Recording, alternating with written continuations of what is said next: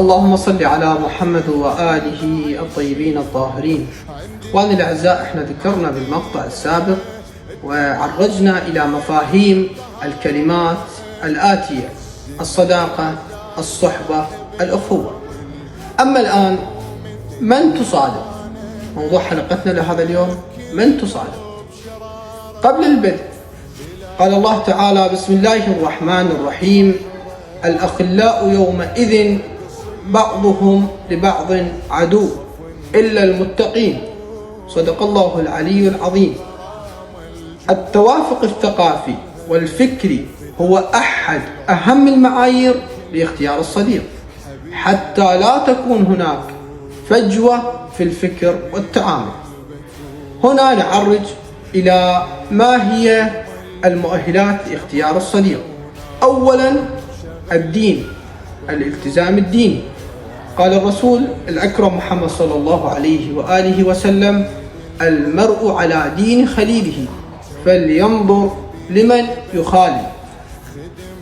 وأهم من ذلك الأخلاق، حيث قال النبي الأكرم: إنما بعثت لأتمم مكارم الأخلاق، وإن أكمل المؤمنين إيمانا أحسنهم خلقا.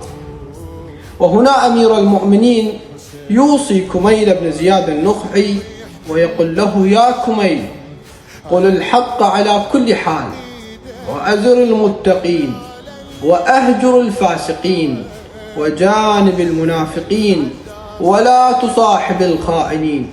يا كميل، لا بأس أن تعلم أخاك سرا، أخوك الذي لا يخذلك عند الشدة، ولا يقعد عنك عند الجريرة، ولا يخدعك حين تسأله.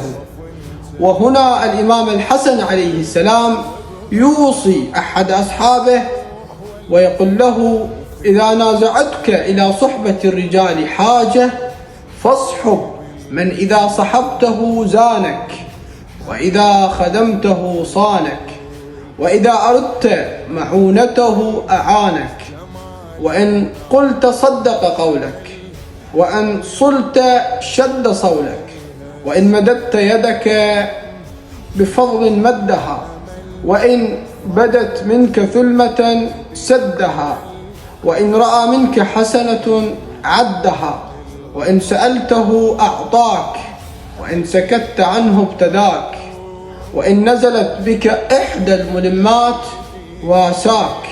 من لا تأتيك منه البوائق، ولا تختلف عليك منه الطرائق، ولا يخذلك عند الحقائق.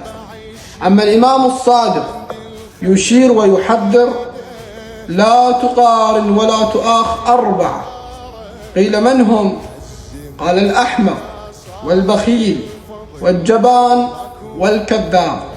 أما الأحمق يريد أن ينفعك فيضرك، وأما البخيل فإنه يأخذ منك ولا يعطيك، وأما الجبان يهرب عنك وعن والديه، وأما الكذاب فإنه يصدق ولا يصدق.